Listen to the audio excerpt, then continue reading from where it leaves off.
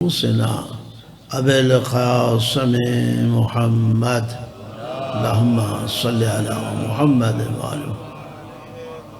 وعلی آل بیتہ الطیبین الطاہرین المعصومین المنتخبین المنتجبین من یومنا ھذا الی یوم الدین و بعد یوم الدین ولعنت الدائمۃ الابدیہ علی اعدائہم ملعونین اجمعین من اول یوم العداوۃ الی یوم الآخر و بعد یوم الآخر اما بعد فقد قال اللہ تعالی فی کتابہ المجید و فرقانہ الحمید وهو اصدق الصادقین قولہ الحق بسم اللہ الرحمن الرحیم وَإِذْ قَالَ رَبُّكَ لِلْمَلَائِكَةِ إِنِّي جَاعِلٌ فِي الْأَرْضِ خَلِيفَةً صلوات پڑھیے بحق محمد علیہ۔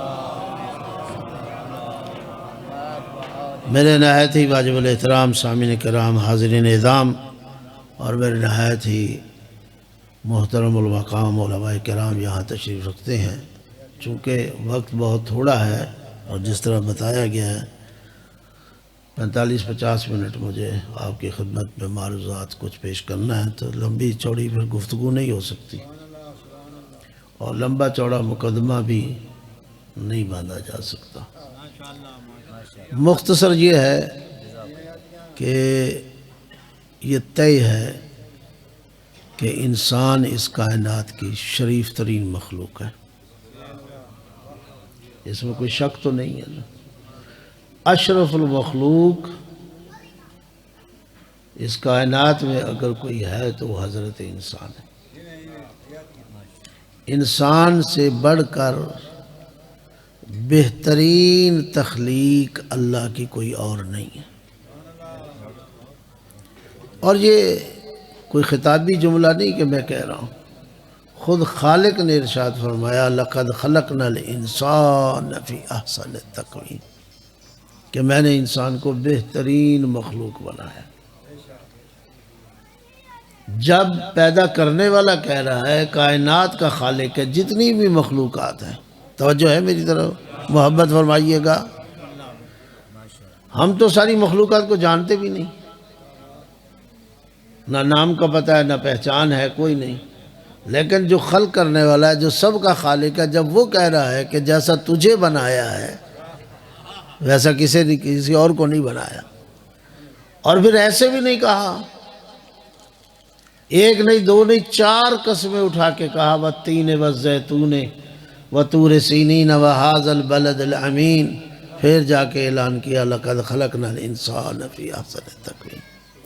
تین کی قسم، زیتون کی قسم، طور سینین کی قسم، بلد امین کی قسم، انسان بہترین مخلوق ہے۔ ذرا محبت فرمائے، تیزی سے میرے ساتھ چلیں۔ حالانکہ جو اپنی بات کہنے میں محتاج قسم نہیں ہے، قسم کا محتاج نہیں ہے کہ اسے وزن پیدا کرنا ہے اپنی بات میں کرنے میں۔ جو خدا پر ایمان رکھتے ہیں ان کے لیے خدا کی بات اتنی ہی وزنی ہے جتنی قسم کے ساتھ ہے، لیکن یہ عظمت انسان ہے، یہ آپ کی شرافت، یہ آپ کا مقام ہے کہ اللہ نے ایک نہیں 4 قسمیں اٹھا کے یہ اعلان کیا کہ انسان جیسا تجھے بنایا ہے ویسے میں نے کسی کو اور نہیں بنایا، کسی کو نہیں۔ یہ طے ہے نا بات۔ اب میں ایک قدم اور بڑھتا ہوں، ذرا محبت فرمائیں۔ مجھے فرمائیے کہ جس اللہ نے انسان کو شریف ترین مخلوق بنایا ہے اور اشرف ترین مخلوق خلق فرمایا ہے، کیا اس نے اس انسان کو پیدا کر کے بہترین مخلوق بنا کے آوارہ چھوڑ دیا؟ کیا اس کے پیدا کرنے کا کوئی مقصد نہیں ہے؟ کیا اس کے کوئی خلق کرنے کا کوئی ہدف نہیں ہے؟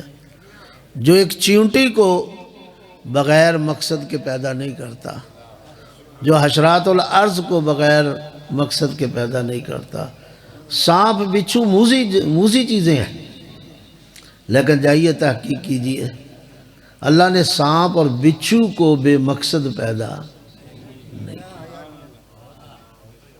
جائیے پڑھیے، سائنس آپ کو بتائے گی اللہ نے، اگر یہ سانپ بچھو نہ ہوتے تو زمین کا زہر کون کھاتا، اور اگر زمین کا زہر نہ یہ کھاتے تو زمین کا اناج زہر آلودہ ہوتا، جو زمین کا اناج کھاتا وہ زندہ نہ رہتا۔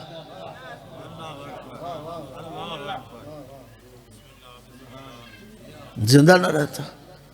تو جس نے بچھو کو، سانپ کو بغیر مقصد کے پیدا نہیں کیا ہے۔ کچھ لوگ آ گئے مولا کائنات کے پاس، دعوے تھے نا مولا کے، پوچھو مجھ سے جو چاہتے ہو پوچھنا، تو لوگ پھر یہ چاہتے تھے پوچھنا، تو کسی نے آ کے کہا حضور یہ بتائیے یہ سانپ کا کیا فائدہ ہے، یہ تو کاٹتا ہے، اس کا کیا فائدہ ہے؟ تو آپ نے کہا سانپ کا بھی بڑا فائدہ ہے، اللہ نے ایسے نہیں پیدا کیا۔ سانپ جب سانس لیتا ہے اور پھنکار مارتا ہے اور اس سے اس کی جو زہر نکلتی ہے، وہ جب زہر فضا میں پھیلتی ہے، جو فضا میں زہریلے جراثیم ہوتے ہیں وہ اس کے زہر سے مر جاتے ہیں۔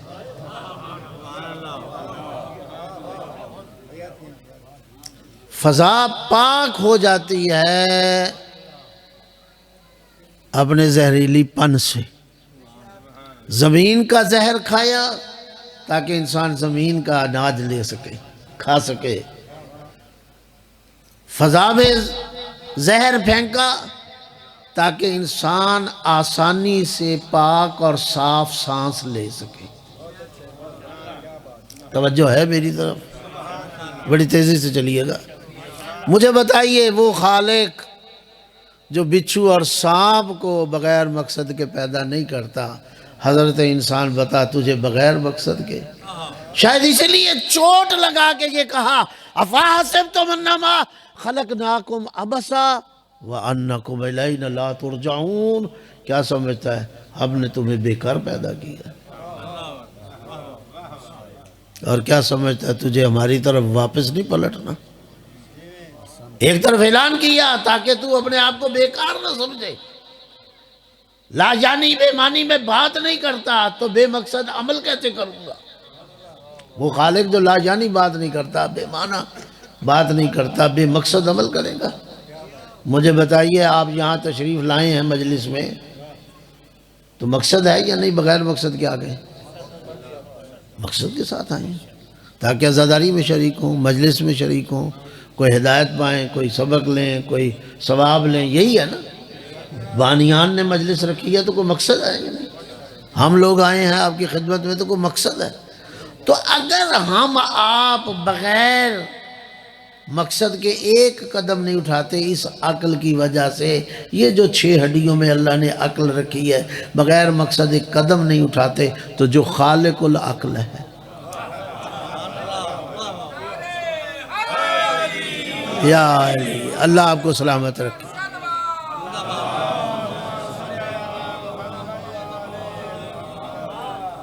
وہ تو خالق العقل ہے، کیا اس نے شریف ترین مخلوق کو بے مقصد پیدا کر دیا؟ نہیں، افحسبتم انما خلقناکم عبثا وانکم الینا لا ترجعون۔ اسی لیے کسی اور مقام پہ بھی یہ ارشاد فرمایا ام حسبتم ان تدخلوا الجنہ، کیا سمجھتے تم ایسے ہی جنت میں چلے جاؤ گے؟ نہیں، غور فرمائے، جو لوگ سمجھتے ہم ایسے ہی جنت میں چلے جائیں گے، اللہ نے توڑ کے بتا دیا اور رخ موڑ کے بتا دیا ایسے ہی جنت میں نہیں جاؤ گے جب میں ایسے جہنم میں نہیں بھیجتا۔ اللہ آپ کو سلامت رکھے، اللہ آپ کو سلامت۔ جب اللہ ایسے جہنم میں نہیں بھیجتا، جہنم میں بھیجتا ہے، ایسے بھیج دیتا ہے۔ بھئی کوئی اور بات کر رہے تو شاید میں سن لوں، لیکن آپ کی بات میں نہیں سنوں گا، آپ کی بات نہیں سن سکتا کہ ایسے ہی جہنم میں بھیجتا ہے، اس لیے کہ آپ کا مذہب وہ ہے جس مذہب نے اپنے اصول عقائد میں توحید کے بعد جس چیز کو پیش کیا وہ عدل ہے۔ جب آپ بچوں کو اصول دین پڑھاتے ہو یا ماں باپ سے پڑھا تو یہی پڑھا، پہلی توحید، دوسرا عدل۔ تو عدل کا تقاضا یہ نہیں ہے کہ وہ ایسے ہی جہنم میں بھیج دے۔ وَمَنْ يَعْمَلْ مِثْقَالَ ذَرَّةٍ خَيْرًا يَرَهُ وَمَنْ يَعْمَلْ مِثْقَالَ ذَرَّةٍ شَرًّا يَرَهُ۔ وہ اللہ اتنا عادل ہے. اب سمجھنے آپ کی بات ہے، میں اتنے مختصر ٹائم میں جو تفصیلات تھی کہی جا سکتی تھی. وہ اللہ اتنا بڑا عادل ہے، ذرہ ذرہ برابر نیکی کی جزا دیتا ہے اور ذرہ برابر برائی کی سزا دیتا ہے. اگر ایسے ہی کا نعرہ لگانا ہے کہ ایسے ہی جہنم میں بھیج دیتا ہے، ایسے ہی جنت میں بھیج دیتا ہے، تو پھر اسے عادل ماننا چھوڑ دو. اور اگر عادل مانتے ہو تو اگر ایسے ہی جہنم نہیں ہے نا تو پھر ایسے جنت بھی نہیں ہے. چلو ایک جملہ اور کہہ دوں اگر آپ محبت فرمائیں. جہنم میں جانے کے لیے بھی میرے محترم کچھ نہ کچھ کرنا پڑتا ہے. میں جنت کی تو بات ہی نہیں ابھی کر رہا مول صاحب. جہنم میں جانے کے لیے بھی جن کو کچھ کرنے سے تکلیف ہے نا وہ میری بات پہ ذرا غور کر. جو کہتے ہیں ہمیں کوئی بات نہ کہی جائے، ہمیں کچھ نہ کرنا پڑے، میں ان کے لیے لمحہ فکر. جہنم میں جانے کے لیے بھی کچھ نہ کچھ کرنا پڑتا ہے. غیبت کرنی پڑتی ہے، تہمت لگانی پڑتی ہے، بہتان لگانا پڑتا ہے، کسی کا حق کھانا پڑتا ہے، کسی کا بننا کاٹنا پڑتا ہے، پھوپھی ماں بہن کا حق دبانا پڑتا ہے، بھائی کا حق دبانا پڑتا ہے، کسی کو قتل کرنا پڑتا ہے، کوئی شراب پینی پڑتی ہے، کوئی زنا کرنا پڑتا ہے. جہنم میں جانے کے لیے یہ کرنا پڑتا ہے یا نہیں پڑتا؟ تو جہنم میں جانے کے لیے بھی کچھ نہ کچھ کرنا پڑتا ہے. بغیر کچھ کیے جہنم میں نہیں انسان جائے گا. تو جب بغیر کیے جہنم میں نہیں جاتا، کچھ کر کے جہنم میں جانا ہے تو پھر کچھ کر کے جنت کیوں نہیں جاتا؟ اللہ آپ کو سلامت ہے.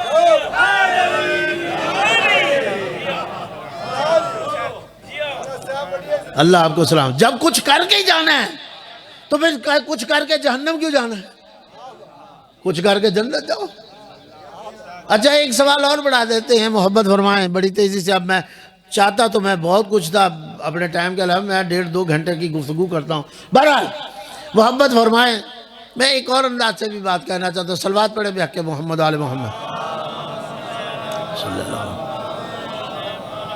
جب کچھ اچھا سوال بڑھا دیتے ہیں، اللہ کیا چاہتا ہے؟ جنت کا خالق بھی وہی ہے، جہنم کا مالک بھی وہی ہے. مالک تو ہے نا جی، کہ جہنم کسی اور اللہ نے بنا دی ہے؟ جزا اور سزا کے لیے ہے نا. جزا کا نتیجہ جنت ہے اور سزا کا نتیجہ جہنم ہے. تو جہنم کا خالق بھی وہ، جنت کا مالک بھی. جہنم کو اس نے بھرنا بھی ہے. بھرنا یا نہیں بھرنا؟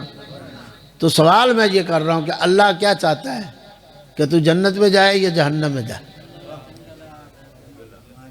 میں یہ کہتا ہوں، میری یہ ذمہ داری ہے اور میں ذمہ داری نبھاتے ہوئے، اگر غلط ہو تو آپ کہہ دیجئے، میں یہ کہتا ہوں اللہ نہیں چاہتا تو جہنم میں جائے. حالانکہ اگرچہ جہنم کا خالق ہے، اللہ نہیں چاہتا تو جہنم میں جائے، اللہ چاہتا تو جنت میں جائے. اب آپ پوچھ سکتے ہیں مولانا دلیل کیا ہے؟ کیا اللہ چاہتا ہے جنت میں جائے؟ جب جہنم بھی پیدا کیا ہے تو وہ جہنم میں کیوں نہیں چاہتا جائے جنت میں؟ میں کہتا ہوں اس لیے کہ مجھے، آپ کو کیسے پتا چل گیا؟ آپ کو اللہ کے نزدیک رہتے زیادہ کہہ سکتے ہیں مولانا آپ کو کیسے پتا چل گیا؟ تو میں کہوں گا میرے پاس دلیل ہے، سن لیجئے. اگر غلط ہو تو قبول نہ کیجئے گا، اگر صحیح ہو تو قبول کر لیجئے گا. میرے پاس دلیل ہے کہ اللہ چاہتا تو جنت میں جائے، اس لیے کہ اللہ نے جتنے نمائندے بھیجے ہیں وہ جنت میں لے جانے کے لیے بھیجے ہیں، جہنم میں لے جانے کے لیے ایک بھی نمائندہ نہیں.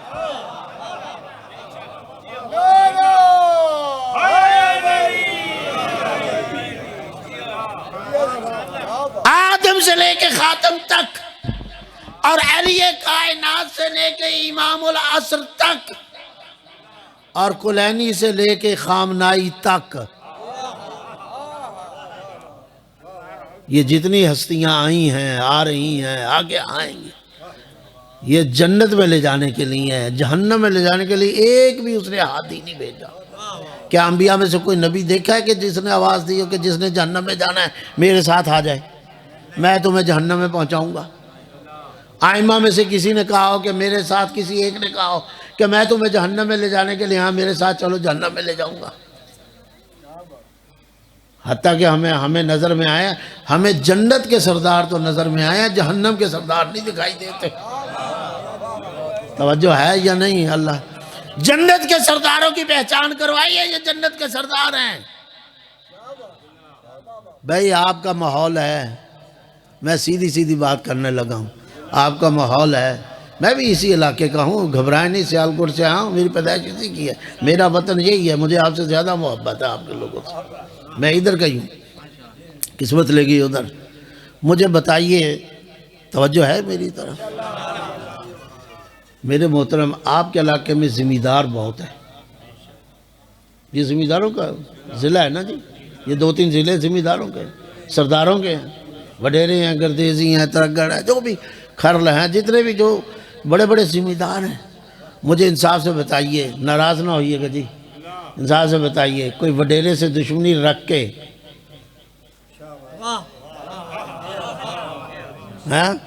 پھر اس کے علاقے میں رہ سکتا ہے؟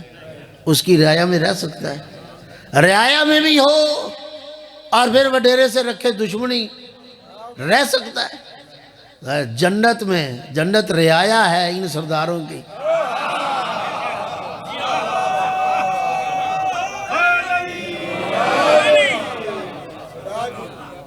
دشمنی بھی رکھے شہزادوں سے اور پھر خواہش رکھے، بڑھا داڑیاں جتنی مرضی، اٹھا لے شلواریں جتنی مرضی، اٹھا شلوار، یہ دوڑ لگنی ہے، یہ جنت کی طرف جانے کی دوڑ نہیں لگنی، یہ جہنم کی طرف دوڑ لگنی ہے۔ اس لیے کہ سرداروں سے تو نے لڑائی رکھ لی۔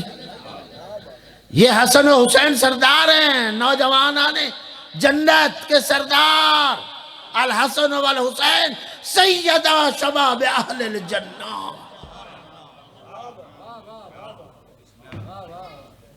اور پیغمبر نے فرمایا میں اور علی ان سے بہتر ہے، خیر منہما، ہم ان سے رکھے رسول سے دشمنی، رکھے علی سے دشمنی، رکھے حسن سے دشمنی، رکھے حسین سے دشمنی۔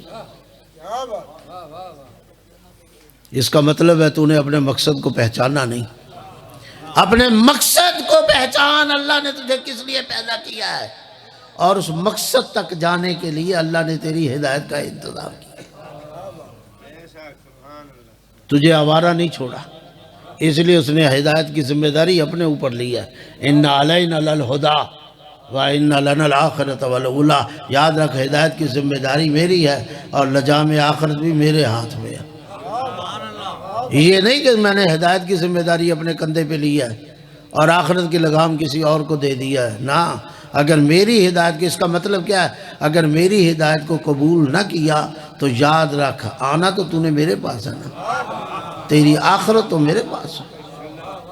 اللہ نے ہدایت کی ذمہ داری بندوں پہ نہیں رکھی، اپنے اوپر لیا۔ ٹائم ہوتا تو میں زیادہ لمبی، اب جب اللہ نے ہدایت کی ذمہ داری اپنے اوپر لیا ہے، کیا اللہ خود آ کے ہدایت کرے گا؟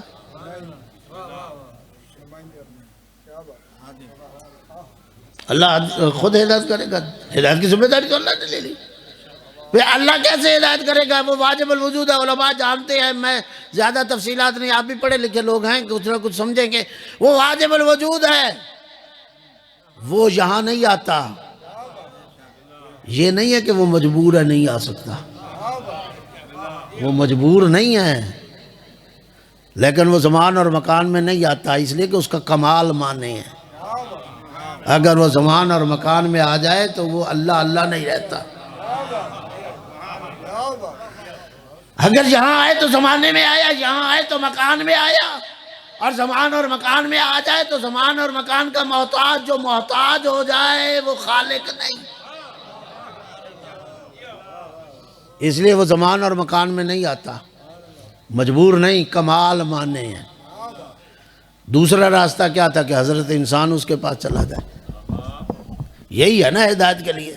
اللہ نے ہدایت کی ذمہ داری جب اپنی لی ہے، یا اللہ آ جائے، یا گھبرا تو نہیں گئے تو اللہ نہیں آتا، یا پھر بندہ چلا جائے۔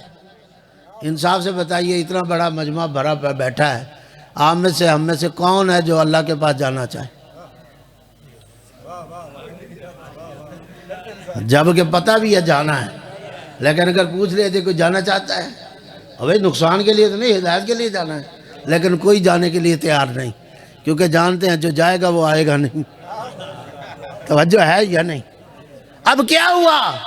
وہ آتا نہیں ہے، اس کا کمال مانے ہے، تو جاتا نہیں، تیری مجبوری مانے ہے، تو مجبور محض ہے، مجبور محض ہے، تو نہیں جاتا، وہ آتا نہیں، اس کا کمال مانے تو ہدایت ہوگی کیسے؟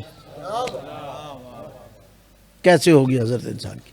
اس لیے اس نے بزم ملائکہ میں یہ اعلان کیا وَإِذْ قَالَ رَبُّكَ لِلْمَلَائِكَةِ، جب اللہ نے آپ کے رب نے ملائکہ سے کہا انی جاعل فی الارض خلیفہ، بزم ملائکہ میں کہا کہ میں انسان کے ہدایت کے لیے، اس کائنات کے ہدایت کے لیے زمین پہ خلیفہ بنا رہا ہوں۔ محبت فرمائیے، تفصیلات چھوڑ رہا ہوں چونکہ ٹائم ہی بہت تھوڑا دیا گیا ہے، تھوڑا نماز ہو نہیں ہے۔ انی جاعل فی الارض، آپ نسل در نسل مجلس سننے والے ہیں، جائیے بائے بسم اللہ سے لے کے سینے والناس تک پڑھ چھوڑیے، جائلن کی آواز اللہ کی ہے،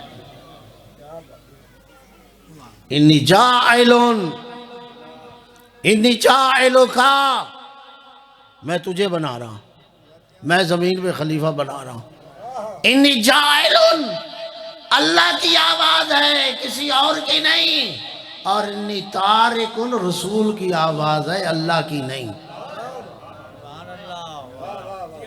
میں سارا مضمون شارٹ کر دیا۔ اللہ کی آواز کیا ہے؟ میں بنانے والا۔ رسول کی آواز کیا ہے؟ میں چھوڑنے والا۔ نہیں غور فرمایا، نہیں غور فرمایا۔ رسول کی آواز ہے انی تارکن، میں چھوڑنے والا۔ اللہ کی آواز ہے انی جاعلن، میں بنانے والا۔ رسول اور اللہ نے مل کے فیصلہ نہیں سنا دیا، بنانا اللہ کا کام ہے، چھوڑ کے جانا رسول اللہ کا کام ہے۔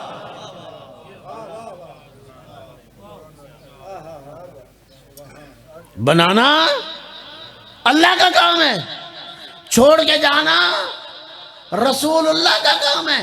جب بنانا نبی کا کام بھی نہیں تو امتی کو کس نے اجازت دے دی؟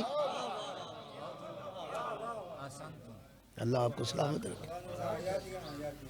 جب بنانا نبی کے اختیار میں نہیں، رسول نے یہی کہا انی تارکن، میں تمہارے درمیان دو چیزیں چھوڑ رہا ہوں، انی تارکن فیکم الثقلین، دو چیزیں چھوڑ رہا ہوں، کتاب اللہ، اللہ کی کتاب، عطرتی اہل بیتی، اپنی عطرت اہل بیت، ما ان تمسکتم بہما لن تضلوا بعدی، اور یاد رکھو جب تک میری ان دونوں چیزیں چھوڑی ہوئی کو تم تمسک کرو گے، میں رسول تمہیں ضمانت دیتا ہوں، گواہی دیتا ہوں، لن تضلوا بعدی، قیامت تک چلے جاؤ میرے بعد گمراہ نہیں ہوگے۔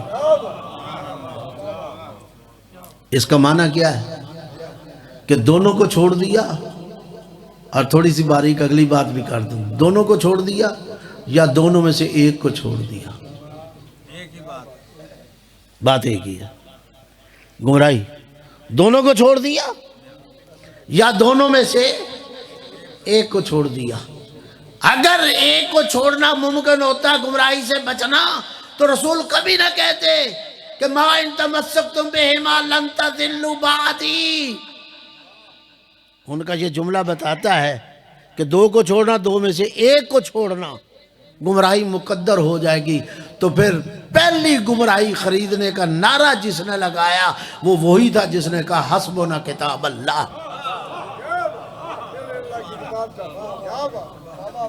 پتہ نہیں میں بات سمجھا سکا ہوں یا نہیں سمجھا سکا، مجھے بتائیے، حسبنا کتاب اللہ کا نعرہ لگا کے گمراہی کو اپنا مقدر بنایا یا نہ بنایا؟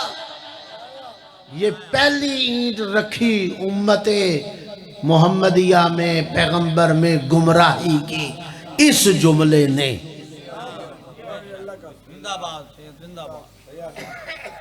وَإِلَّا یہ کس نے اجازت دی تھی؟ رسول دو چھوڑ کے جا رہا ہے اور آپ کے ہمیں کتاب کافی ہے۔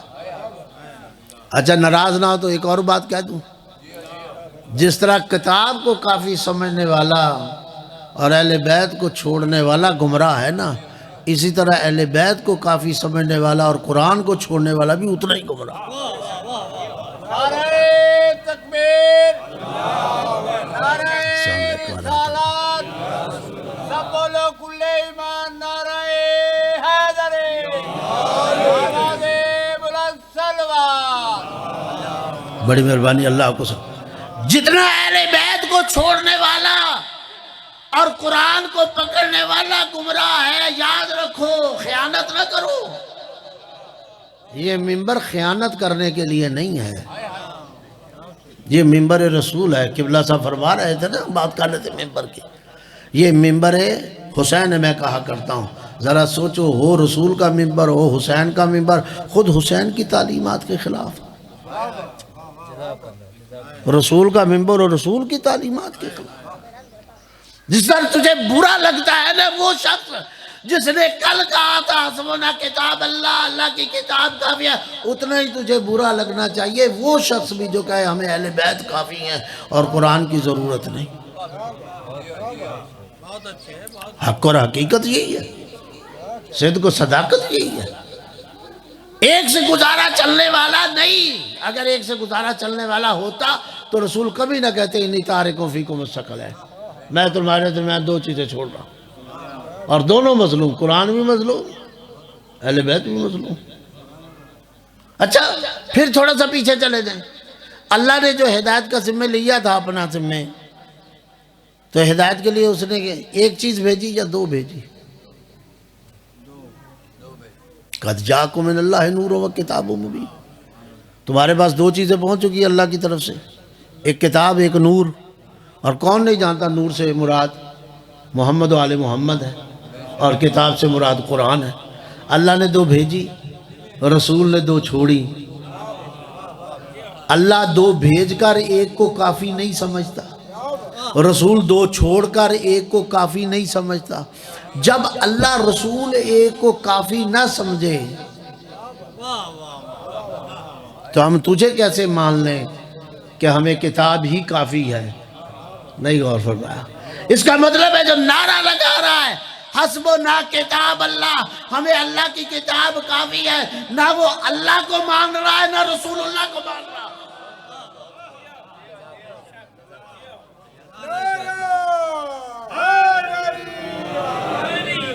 نہ وہ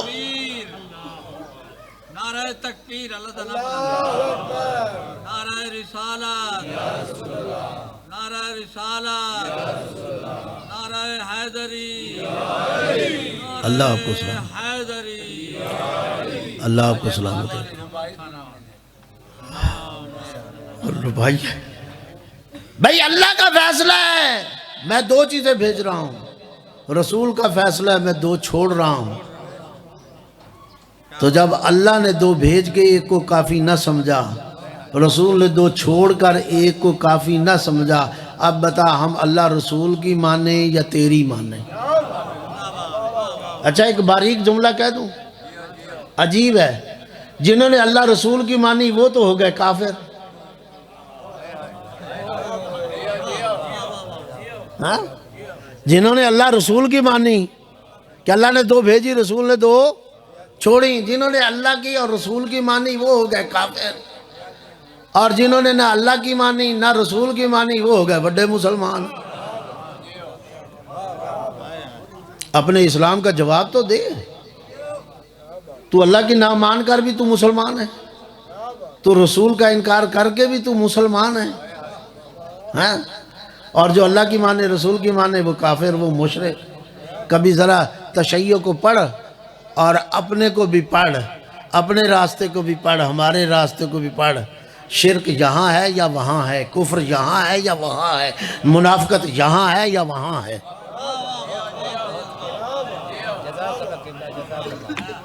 ٹائم نہیں ہے، نہیں تو میں آپ کو ثابت کرتا کہ شیعہ توحید کا عقیدہ کتنا پاک اور خالص ہے تشیع کا عقیدہ. میں بتاتا کہ تشیع کا عقیدہ نبوت اور رسالت کتنا خالص اور پاک ہے. میں بتاتا کہ تشیع کا عقیدہ امامت و ولایت کتنا پاک ہے. اور میں بتاتا کہ آپ کا عقیدہ توحید کتنا کمزور ہے، آپ کا عقیدہ نبوت و رسالت کتنا کمزور ہے، اور عقیدہ امامت تو ہے ہی نہیں تمہارا. امامت تو تمہارے نزدیک ہے ہی نہیں. اس لیے آیتوں کے معنی بدل دیے. یوم ندعو کل اناس بامامہم کا اس کا مطلب یہ ہے کہ اس روز ہر انسان کو اس کی ماں کے ساتھ اٹھایا جائے گا، چونکہ امامت کو مانا ہی نہیں، تو بس اس کا ترجمہ کیا کر دیا جائے؟ ماں کے ساتھ اٹھایا جائے. تو میں تھوڑا سا جملہ یہ بھی باریک کہہ دیتا ہوں تاکہ محسوس بھی ہو جائے. چلو اگر تھوڑی دیر مان لی جائے آپ کی بات کہ اس روز ہر انسان نے اپنی ماں کے ساتھ اٹھنا ہے، تو ماں بھی تو کسی کے ساتھ اٹھے گی یا نہیں اٹھے گی؟ اور پھر ماں کس کے ساتھ اٹھے گی؟ آخر میں جاؤ گے نا بھئی، یہ تسلسل تو نہیں رہنا، یہ دور تو نہیں رہنا. آخر دور ہے تو وہ بھی ٹوٹنا ہے، تسلسل ہے تو وہ بھی ٹوٹ جانا ہے. ہاں جی، ٹوٹ جائے نہیں جانا. جو آخری ماں پہنچے گی وہ کس کے ساتھ اٹھے گی؟ اس نے بھی تو اٹھنا ہے. بس اس آخری ماں نے جس کے ساتھ اٹھنا ہے اسے ہم امام کہتے ہیں. توجہ ہے کہ نہیں؟ یہ جو اللہ نے خلافت کا آغاز کیا تھا، بس میں ملائکہ میں اعلان کیا تھا. پھر مجھے چلو میں رک کے ایک اور جملہ کہہ دوں تاکہ آپ محسوس بھی ہو جائیں اور ایک لطف بھی لیں. جس خلافت کا اعلان اللہ معصوم ملائکہ کے بغیر نہیں کرتا، جس خلافت کا اعلان بزم عصمت کے بغیر نہیں ہوتا، اس خلافت کو غیر معصومین کو دے دے گا؟ نہیں، آپ سمجھے نہیں بات کو. جس خلافت کا اعلان معصوم ملائکہ کی بزم کے علاوہ نہیں ہو سکتا، تو کیا وہ خلافت کافروں اور مشرکوں اور ظالموں کو دے دے گا؟ بزم ملائکہ میں اعلان ہوا نا، معصوم فرشتے تھے، معصوموں کے درمیان ہوا. پھر اگلی بات کر دوں، معصوم فرشتوں نے کیا کہا؟ اللہ ہم جو ہیں تیری تسبیح کرنے والے ہیں، تیری تقدیس کرنے والے ہیں، اور جس کو تو بنانا چاہ رہا ہے، تفصیلات چھوڑ رہا ہوں، پھر پڑھیے جا کے تفسیر پڑھیے گا، مطالعہ کیجیے گا، بہت کچھ حاصل ہوگا. جس کو تو بنانا چاہ رہا ہے وہ تو زمین میں فساد پیدا کرے گا، وہ خون ریزی پیدا کرے گا. ہم جو ہیں، ملائکہ نے اپنے آپ کو پیش کیا. تو جب عصمت رکھنے والے ملائکہ اس منصب کے قابل نہ ٹھہرے تو جو ظالم غیر معصوم ہوں ہی ظالم، جن کے ہاں شرک اور کفر تھوک کے حساب سے ان کے کھاتے میں ہو، نہیں پتہ نہیں کہاں بیٹھے ہیں، جن کے ہاں شرک اور کفر تھوک کے حساب سے ہو، 40 سال کا شرک جہاں ہو، اور اللہ قرآن میں اعلان کرتا ہے ان شرک لظلم عظیم، شرک سب سے بڑا ظلم ہے، سب سے بڑا ظلم. تو اللہ نے کہا میں یہ خلافت، یہ امامت، ہمارے یہاں خلافت امامت ایک ہی ہے. یاد رکھیے، یہ خلافت کبھی لباس نبوت میں آئی، یہ خلافت کبھی لباس رسالت میں آئی، اور یہی خلافت کبھی لباس امامت میں آئی. اور میں کہوں گا لباس امامت جو ہے یہ خلافت کا کامل اور اکمل ترین لباس ہے. یہاں آ کے خلافت لباس امامت میں مکمل ہو جاتی ہے، اور اگر مکمل نہ ہوتی تو اللہ اعلان نہ کرتا الیوم اکملت لکم واتممت علیکم نعمتی ورضیت لکم الاسلام دینا. جب خلافت الہیہ امامت میں آئی تو اللہ نے کہا آج میرا دین بھی مکمل ہے اور آج میری نعمت بھی تمام ہے.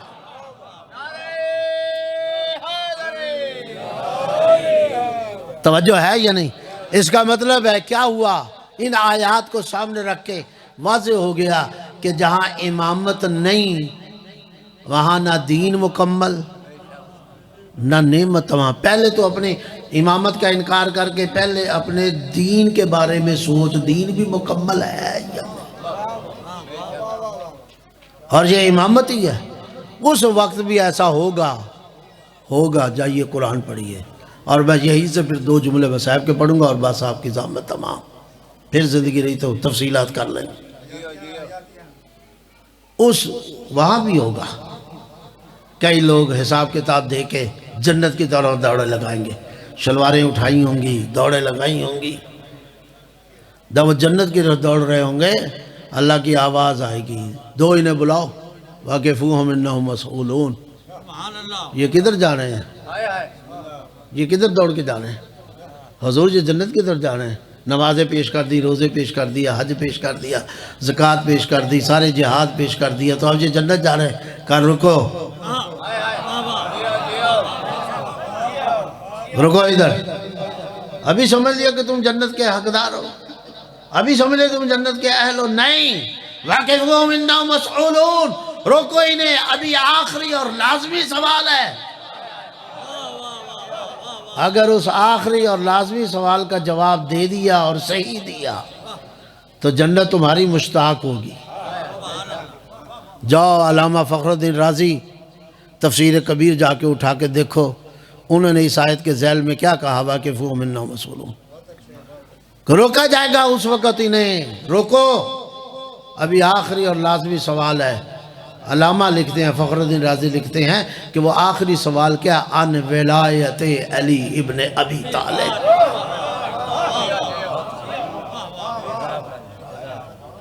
ابھی تم سے آخری سوال ہے، علی کی ولایت رکھتے ہو؟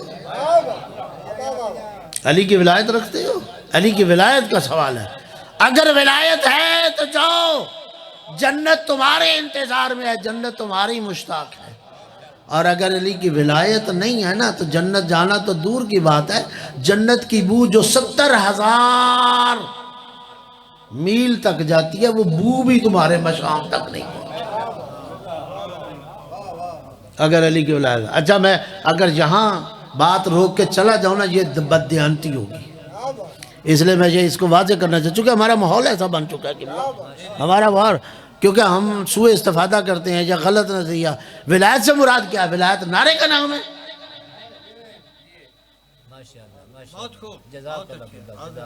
ہے جی، نماز ولایت والی ہے، نماز بغیر ولایت والی ہے، مجلس ولایت والی ہے، مجلس بغیر ولایت والی، فلاں ولایت کہتے ہیں کسی ہے؟ تو نے آج تک ولایت کو سمجھا ہی نہیں۔ ولایت اور امامت ایک شے ہے، امامت کوئی اور شے نہیں ہے، ولایت اور کوئی شے نہیں ہے۔ علامہ ہلی رحمت اللہ علیہ نے باب ہادی عشر میں، علماء بیٹھے ہیں، باب ہادی عشر میں امامت کی تعریف کی ہے۔ ولایت کو سمجھ، امامت کو سمجھ، اور پھر اگر اس پہ عمل کرتا ہے تو اپنی ماں کو بھی دعا دے، یہاں کہنا ماں کو دعا دے۔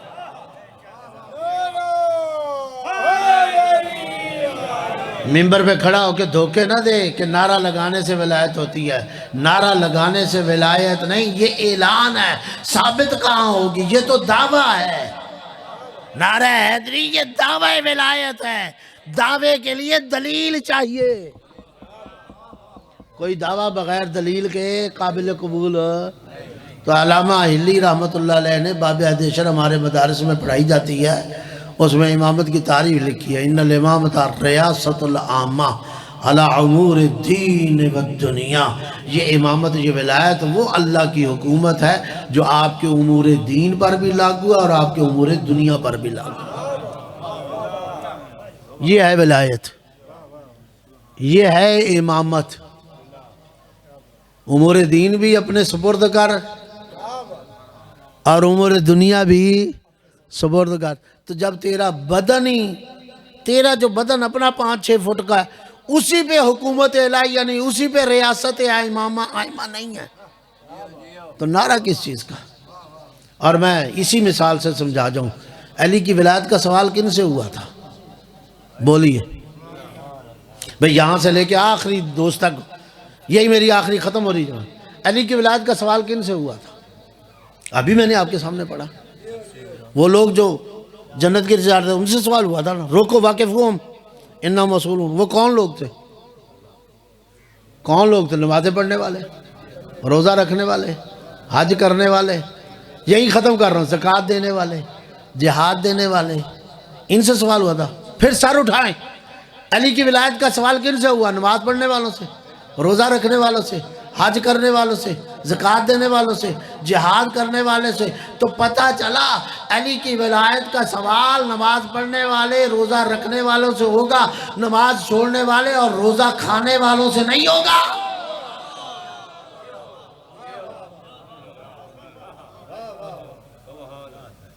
علی کی ولایت کا سوال بے نمازیوں سے نہیں ہوگا، علی کی ولایت کا سوال زکوٰۃ کھانے والوں سے نہیں ہوگا، علی کی ولایت کا سوال روزہ کھانے والوں سے نہیں ہوگا، علی کی ولایت کا سوال خمس نہ دینے والوں سے نہیں ہوگا، علی کی ولایت کا سوال جو حج واجب ہے نہ کرنے والوں سے نہیں ہوگا، علی کی ولایت کا سوال دین کو پامال کرنے والوں سے نہیں ہوگا۔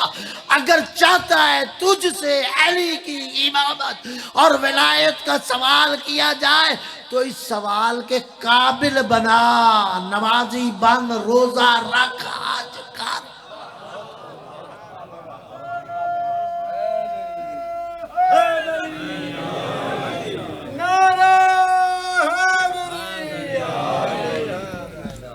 بلکہ 5 منٹ زیادہ ہو گئے جو مجھے ٹائم دیا گیا تھا، بس 2-3 منٹ۔ علی کا قصور کیا تھا؟ علی کا قصور یہ تھا کہ علی نمازی تھا، نماز کی تلقین کرتا تھا، محافظ دین تھا۔ وہ علی جو سڑک پہ جاتے ہوئے کسی بندے کو ٹوک دیتا تھا، تکبرانہ چال میرے اللہ کو پسند نہیں ہے، زمین پہ اکڑ کے نہ چل۔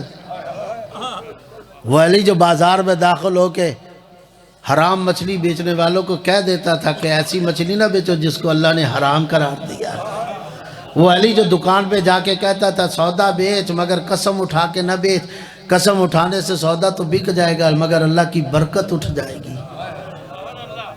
وہ علی جو قدم قدم پہ امر بالمعروف کرتا تھا، نہی عن المنکر کرتا تھا۔ تو کیسا علی والا ہے، تیری اپنے گھر میں امر بالمعروف نہیں ہوتا، تیرے اپنے گھر میں نہی عن المنکر نہیں ہوتا۔ یہی باتیں تو سبب بن گئی، علی کے گلے میں رسی آ گئی۔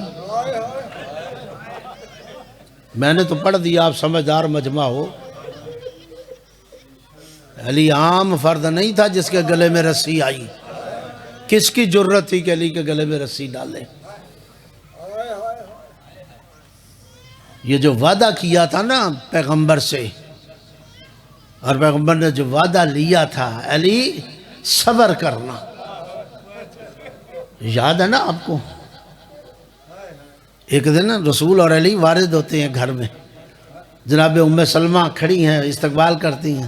پیغمبر کہتے ہیں ام سلمہ دیکھو ہمیں کچھ بات کرنی ہے، اندر کوئی نہ آئے۔ علی اور رسول چلے گئے کمرے میں۔ شام ہو گئی، بی بی پریشان ہے، کبھی ایسا ہوا نہیں، آج کیا معاملہ ہے؟ دروازے پہ آ کے کہا یا رسول اللہ نماز کا ٹائم ہو گیا ہے۔ کہا ام سلمہ اندر آ جاؤ۔ اب جب ام سلمہ اندر جو قدم رکھا تو زمین پاؤں سے نکل گئی۔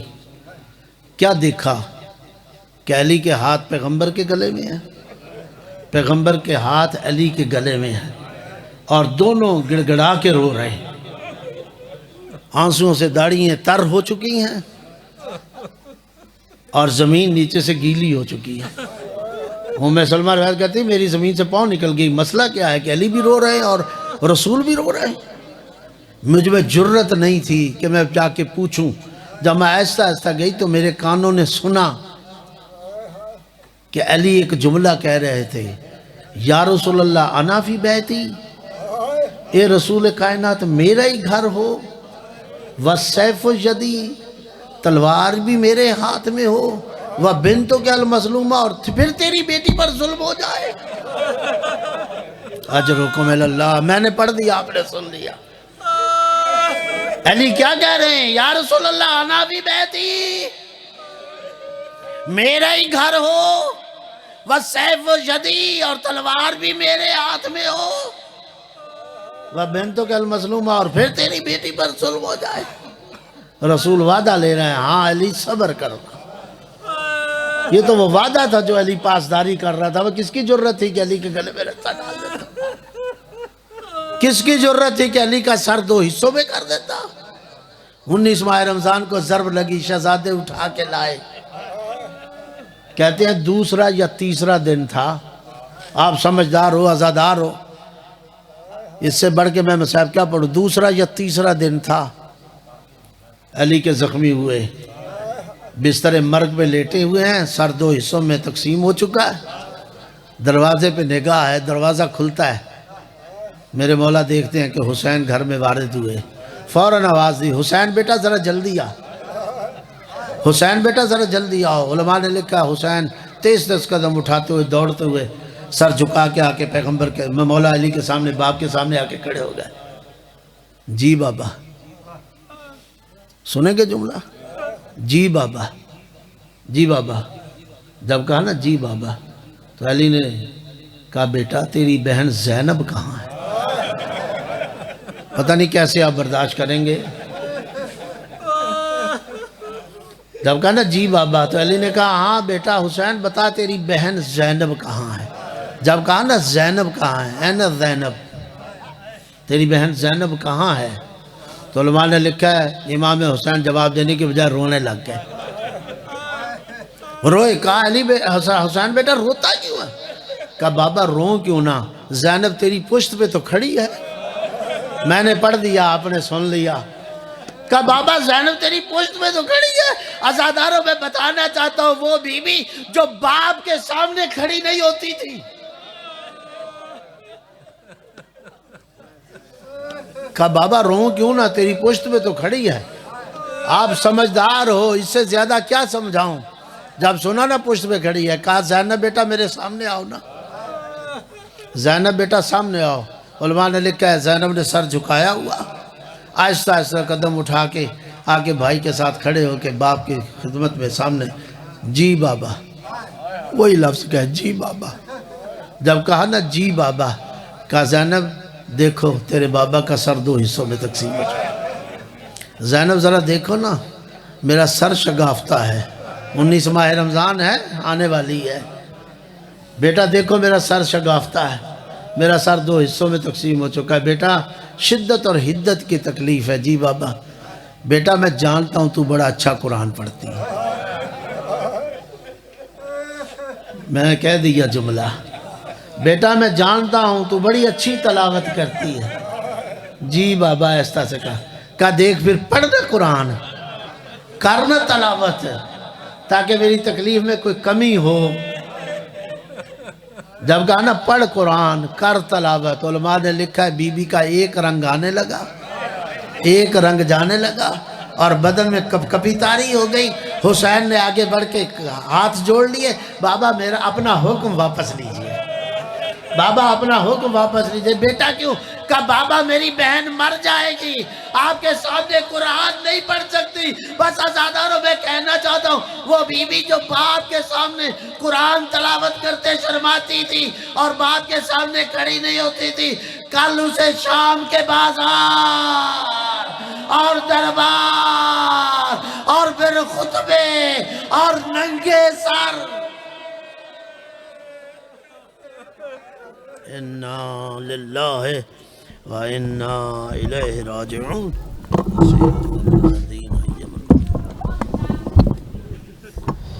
وقفہ نماز ہے جی، اتھائیں با جماعت نماز.